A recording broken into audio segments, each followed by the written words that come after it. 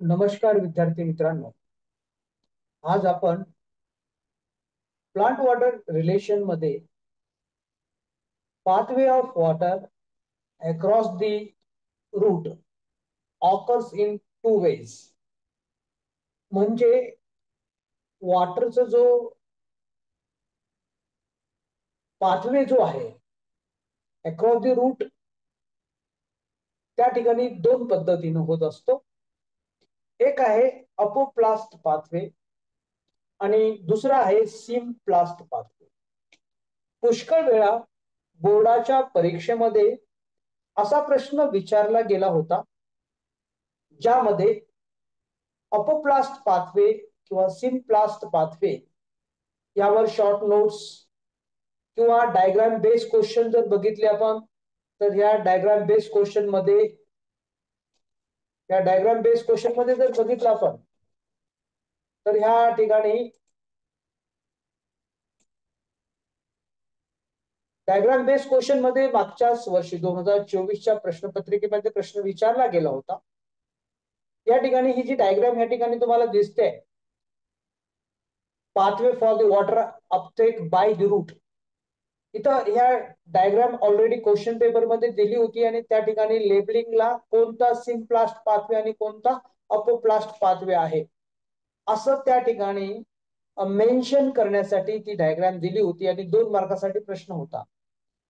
तर विद्यार्थी मित्रांनो या ठिकाणी सिम्प्लास्ट पाथवे किंवा अपोप्लास्ट पाथवे जो कॉन्सेप्ट आहे या कॉन्सेप्ट मध्ये जर आपण बघितलं की वॉटरची जी मोमेंट असते ज्यावेळेस सेलच्या माध्यमातून होत असते किंवा इंटरसेल्युलर सेलच्या माध्यमातून होत असते तेव्हा त्या प्रकारच्या मोमेंट ऑफ वॉटरला अपोप्लास्ट पाथवे असं म्हणतात. आता तुम्ही ह्या ठिकाणी जर बघितलं तर एक गोष्ट आपल्याला स्पष्ट जाणवते. ती गोष्ट कोणती तर या ठिकाणी डायग्राम मध्ये स्पष्ट दिलेलं आहे. त्या डायग्राम मध्ये दिले काय दिले की ज्यावेळेस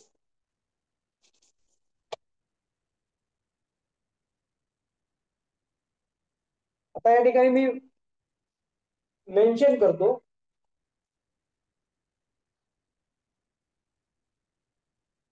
बघा ही जी डायग्राम दिसते तुम्हाला आता अपोप्लास्ट पाथवे बघा कसे आहे. ह्या ठिकाणी जर मी मेन्शन केलंय हा आहे अपोप्लास्ट पाथवे. या अपोप्लास्ट पाथवे मध्ये दिसून येईल की तुम्हाला हे जे वॉटरची मोमेंट आहे ही वॉटरची मोमेंट बघा ही अशा पद्धतीनं तुम्हाला या डायग्राम मध्ये दाखवलेली आहे.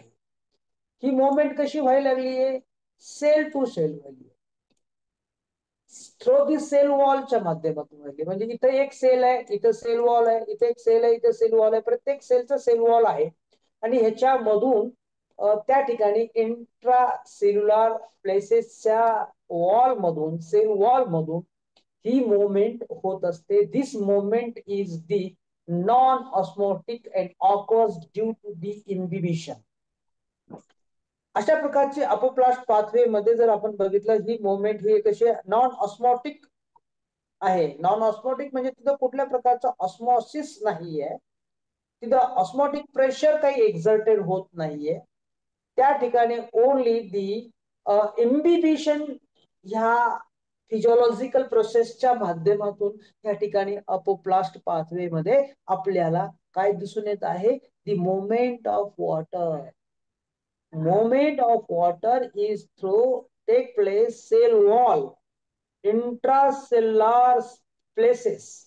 This moment is known as non-osmotic and occurs due to the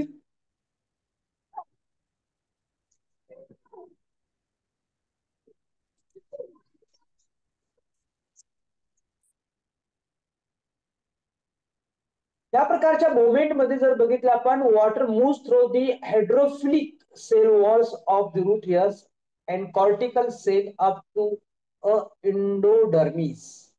म्हणजे यामध्ये जे सेल आहे through the hydrophilic cell walls अगोदरच सांगितलं की इम्बिबिशन हे जे शब्द इथं वापरलेला आहे ह्या इम्बिबिशन जो आहे तर इम्बिबिशन काय सांगतो आपल्याला तर हे इन्हिबिशन आपल्याला एक सांगतो की त्या ठिकाणी हायड्रोफिलिक सबस्टन्सेस त्याच्यामध्ये असतात.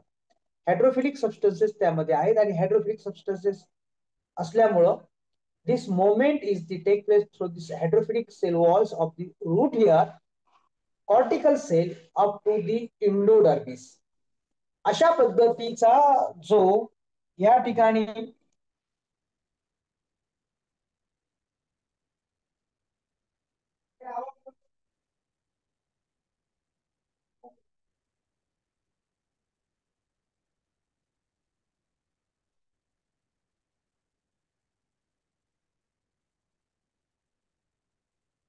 तर ह्या ठिकाणी आपण बघत होतो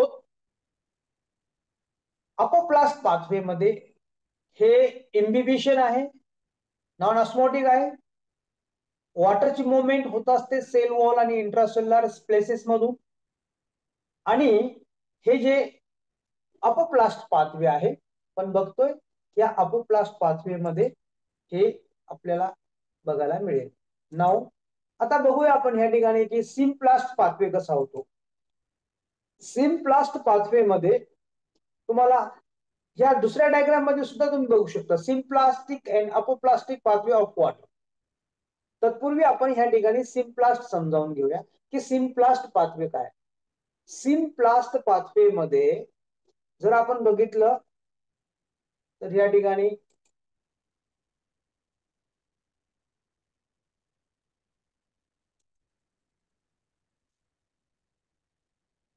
सिम्प्लास्ट पाथवे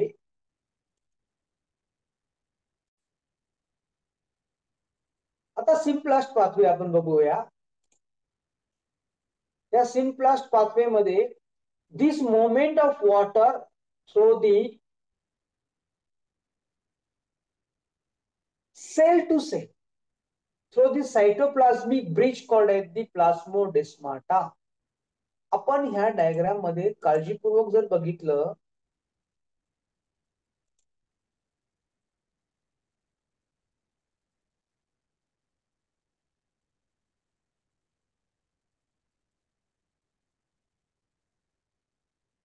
तर एक गोष्ट आपल्याला दिसून येईल. In this pathway, water moves from cell to cell through the cytoplasmic bridge called as the plasmodesmata.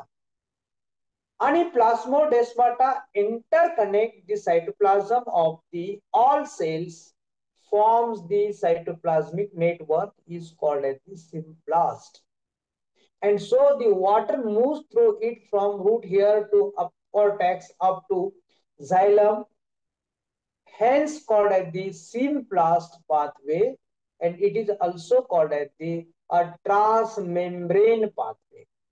Transmembrane pathway आता ह्या ठिकाणी आपण बघू शकतो ज्यावेळेस सिम्प्लास्ट पाथवे मध्ये हा सिम्प्लास्ट पाथवे आपल्याला दिसतोय निळ्या रंगाने दर्शवलेला आहे. या डायग्राम मध्ये जर आपण बघितला त्यांच्यामध्ये काय आहे की there is a presence of the plasmodesmata.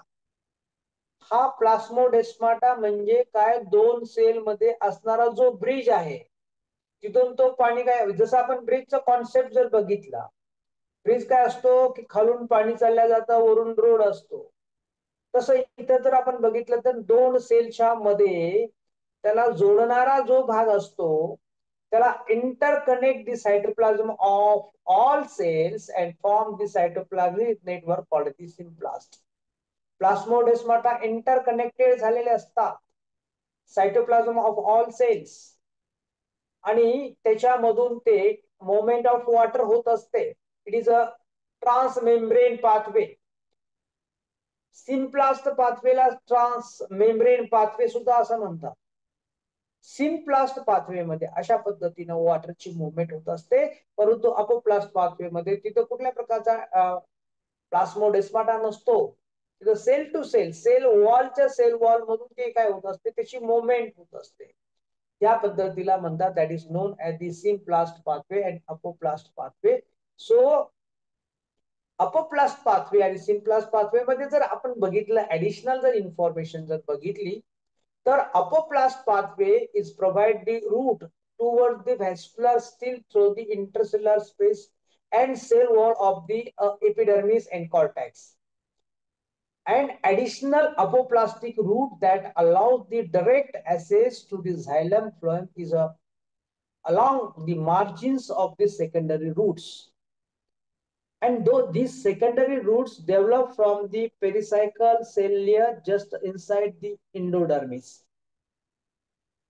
अशा पद्धतीनं अपोप्लास्ट पाथवे मध्ये त्या ठिकाणी आपल्याला बघायला मिळेल मोमेंट ऑफ वॉटर्स. आता आपण बघणार आहोत की mechanism of absorption of water. Mechanism of absorption of water मध्ये आपण जर बघितलं there are the two types. दोन प्रकारचे आहेत. तुम्हाला परीक्षेमध्ये डिस्टिंग्विश करा अशा पद्धतीचा प्रश्न परीक्षेत विचारला जाऊ शकतो. आणि पॅसिव्ह ऍब्झॉर्प्शन म्हणजे काय आणि ऍक्टिव्ह ऍब्झॉर्प्शन म्हणजे काय, त्या दोन्ही पद्धतीचं मेकॅनिझम ऑफ ऍब्झॉर्प्शन आपण थोडक्यामध्ये समजावून घेऊया. की ऍब्झॉर्प्शन ऑफ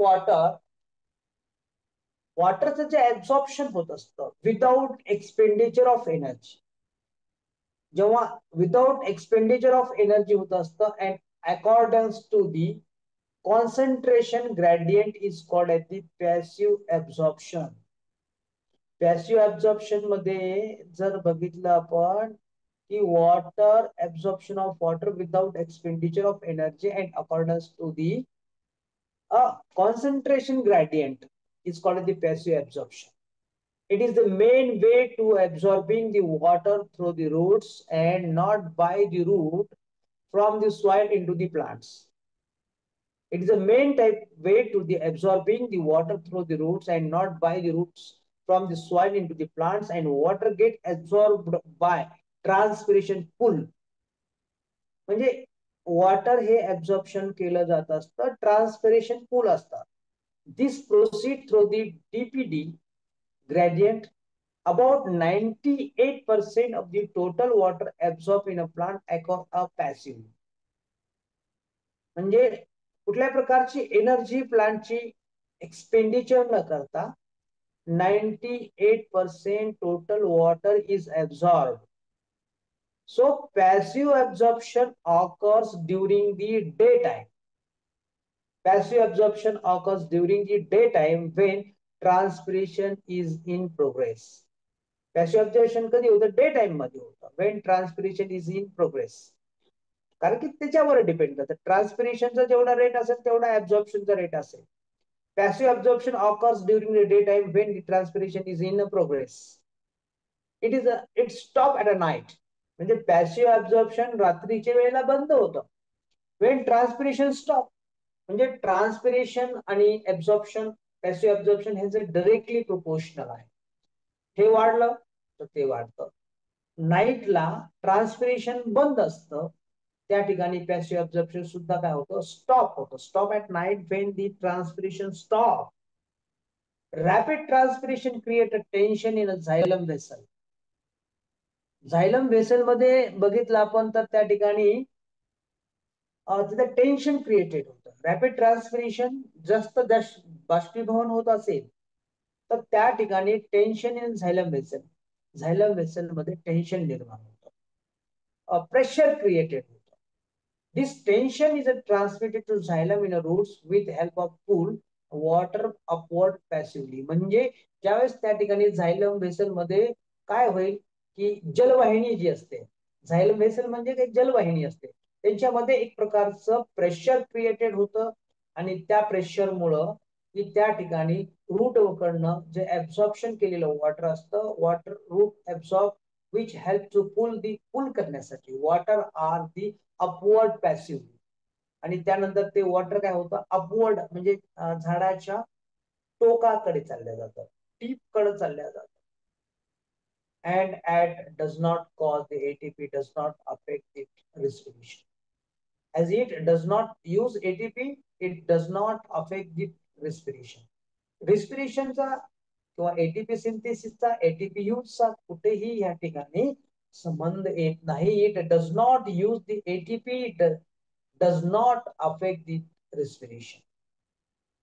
म्हणजे it does not use the ATP. ATP म्हणजे एनर्जी खर्च करायचं काम नाही. विदाउट एनर्जी प्लांटची ओन एनर्जी तर खर्च होत नाही. एक्सपेंडिचर होत नाही, without expenditure of energy, that is called the passive absorption.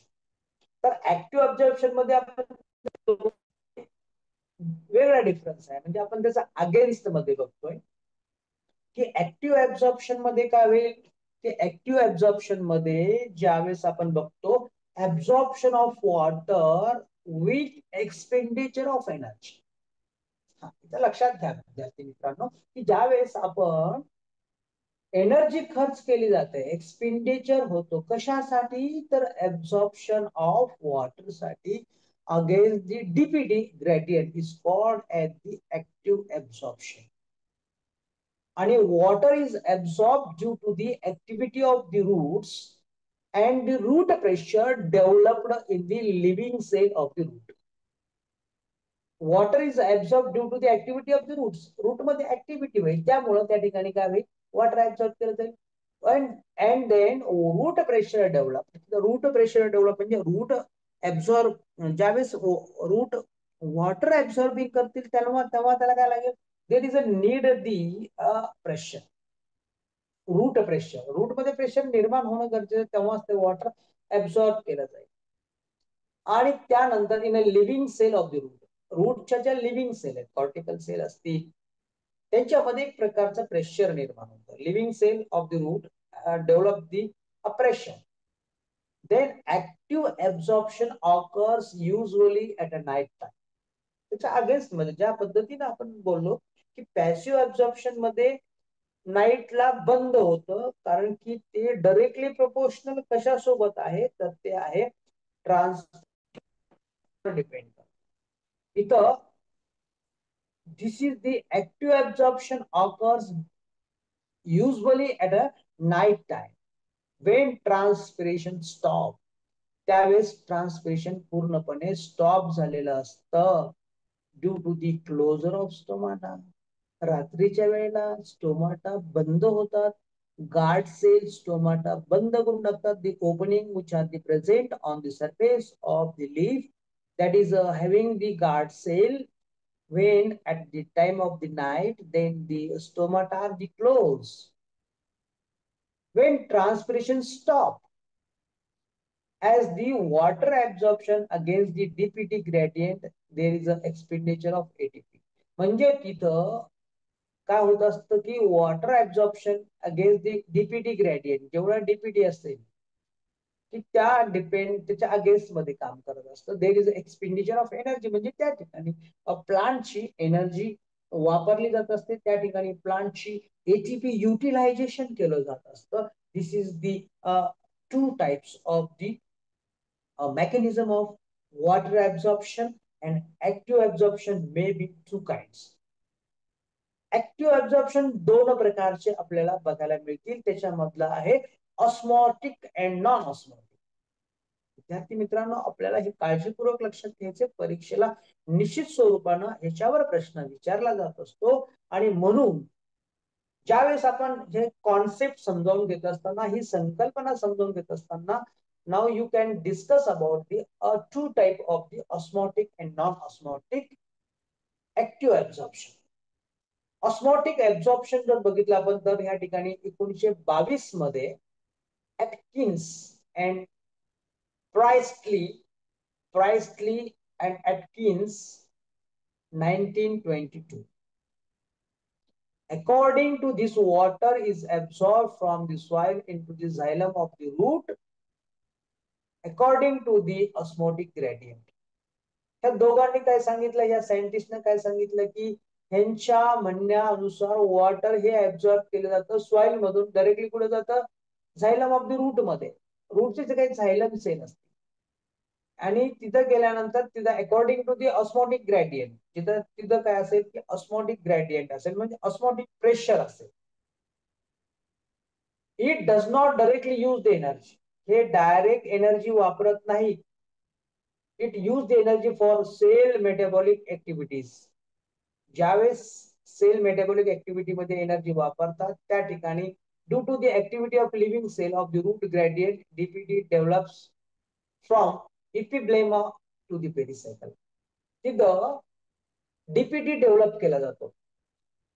हा डीपीटी डेव्हलप झाला तर त्यामुळं सच ऍक्टिव्हिटी ऑफ द सेलची ही एक ऍक्टिव्हिटी आहे.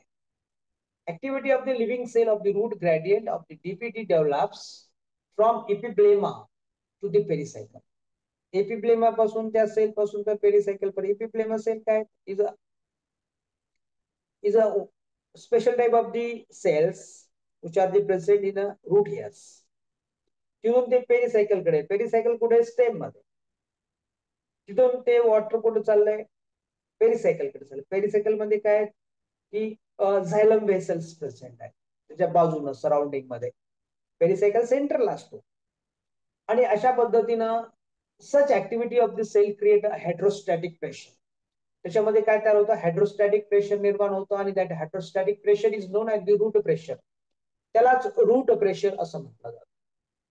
दिस root pressure force the water from pericycle to the xylem. म्हणजे बघा एपिब्लेमा सेल ह्या रूट हेअर्स मध्ये असतात.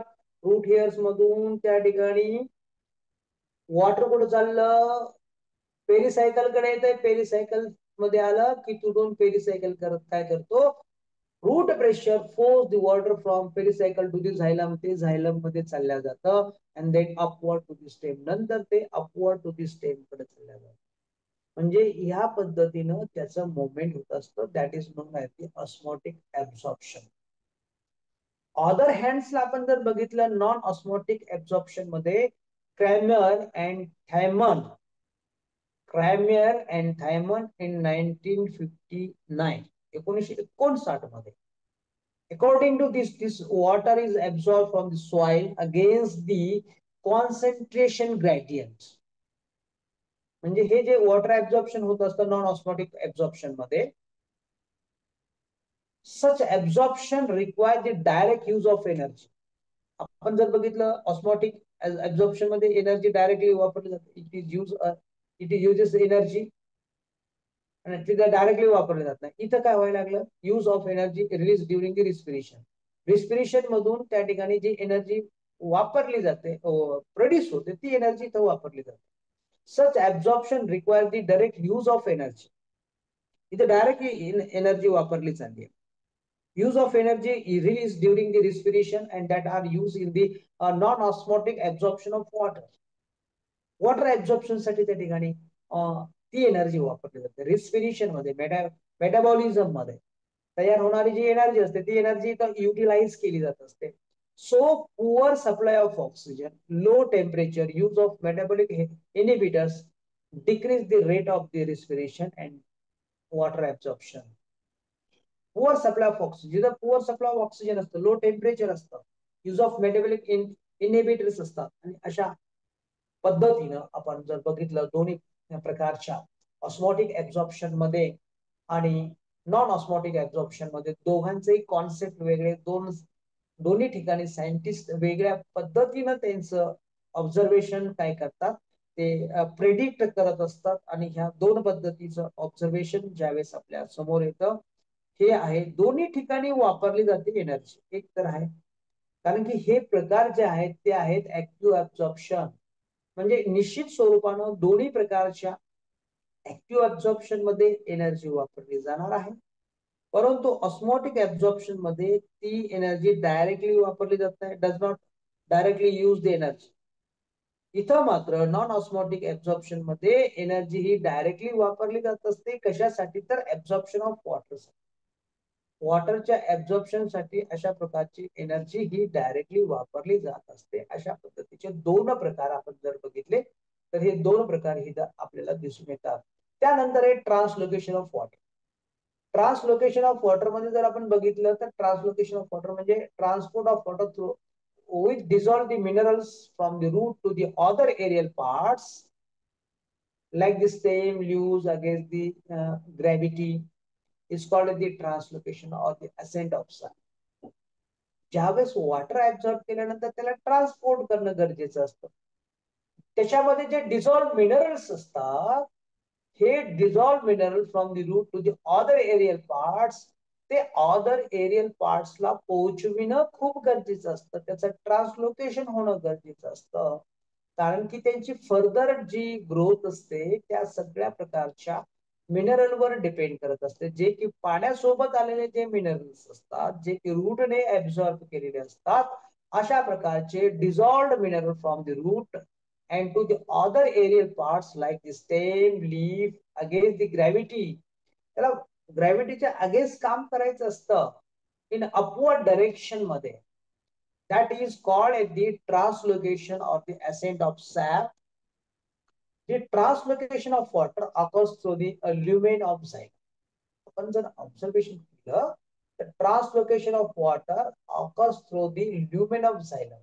झायलम मध्ये जो ल्युमेन असतो, ट्रॅकेट असतात, वेसल असतात इन ऑल व्हॅस्क्युलर प्लांट. सगळ्या प्रकारच्या व्हॅस्क्युलर प्लांट्स मध्ये हे ट्रान्सलोकेशन ऑफ वॉटर कशाच्या माध्यमातून आपल्याला बघायला मिळत असतं, तर ते ल्युमेन ऑफ झायलम.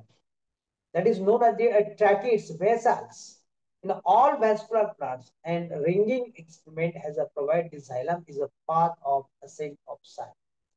म्हणजेच त्या ठिकाणी रिंगिंग एक्सपेरिमेंट फार प्रसिद्ध एक्सपेरिमेंट आहे. त्यांनी प्रूव्ह करून दाखवलेलं आहे की ह्या रिंगिंग एक्सपेरिमेंट मध्ये काय सांगितलं की xylem is the path of ascent of SAP.